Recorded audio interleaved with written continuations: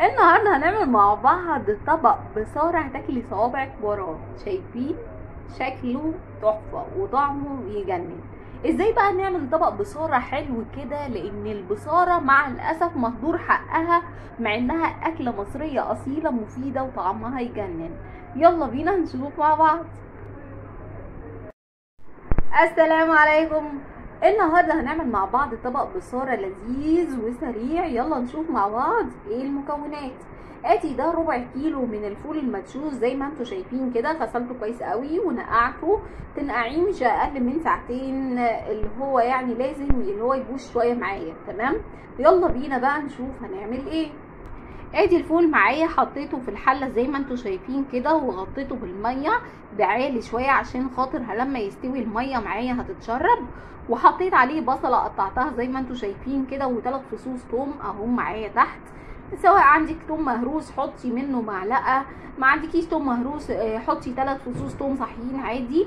ويلا بينا نرفعها على النار لحد ما يستوي معايا كويس قوي. يلا بينا. الفول معايا اهو بدأ يدخل في السوا وتقريبا استوى معايا. ودلوقتي احنا محضرين نص حزمة من كل نوع، يعني نص حزمة من البقدونس ونص حزمة من الكزبرة ونص حزمة من الشبت، ومقطعينهم بالشكل ده.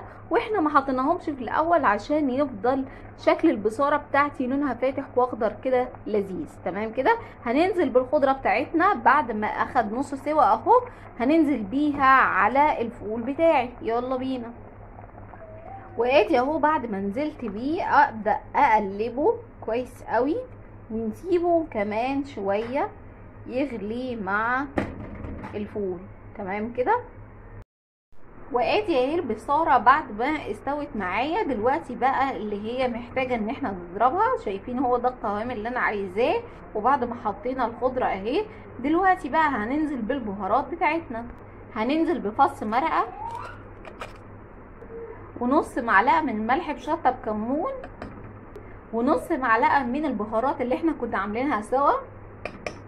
ودلوقتي هنبدأ نضرب كل المكونات دي بتاعتنا كويس قوي، يا اما بالهاند بلندر لو عندك، او ممكن تستخدمي الخلاط بتاعك بس تستني البصارة بتاعتك تكون بردت. يلا بينا نضربه.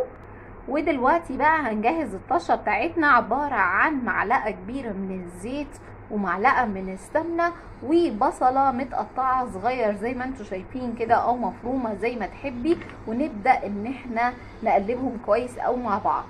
وادي البصلة اخدت لون شوية معايا، هبدأ انزل بيه نص معلقة من الثوم بمقام فصين ثوم. تمام كده مهروسين. ونبدأ نقلبهم كويس قوي مع البصل لحد ما يحمروا كويس مع بعض. ودلوقتي هننزل بنص معلقه من الكزبره الناشفه. وادي اهي بدات تاخد لون ذهبي معايا. اول ما تبدا تاخد اللون الذهبي الجميل ده نبدا نطشها بالبصاره بتاعتنا بعد ما ضربناها في الخلاط. ننزل بقى بالبصاره بتاعتنا. بسم الله الرحمن الرحيم. ريحتها تحفه تحفه. وادي البصاره معايا اهي، نقلبها كويس قوي مع الطشه بتاعتها وخلاص كده نقفل عليها وتبقى جاهزه معايا. دلوقتي بقى يلا نعمل بينا البصل اللي احنا هنزوق بيه البصاره الجميله بتاعتي. يلا بينا. وادي البصل بتاعي اهي، انا مقطعه بصلايه كبيره سلايدات زي ما انتوا شايفينها كده، وممكن تقطعيها صغير زي ما انت تحبي. شوفي انت عايزه تزوقيها ازاي. وهنزل عليها بنص معلقه صغيره من الملح بالشكل ده، وهنزل بمعلقه من الدقيق، واقلب البصل بالملح بالدقيق كويس قوي مع بعض. نقلبه كويس جدا مع بعض ونحمره في الزيت. يلا بينا. وادي اهو بعد ما حمرت البصل معايا، وكمان انا طلعته على منديل عشان يتصفى، وهبدا ازوق بيه البصاره بتاعتي. شايفين طبعا معلقه الدقيق بصي بتخليه مقرمش اللي هو معايا ازاي، اللي هو بيبقى كريسبي. تمام كده. يلا بينا. وادي البصاره بتاعتي جاهزه اهي على الاكل. شايفين شكلها ما شاء الله تفتح النفس وريحتها تجنن وطعمها تحفه. يعني بجد الوصفه جميله. يا رب تجربوها وتعجبكم. اشوفكم على خير في فيديو جديد. والسلام عليكم ورحمه الله.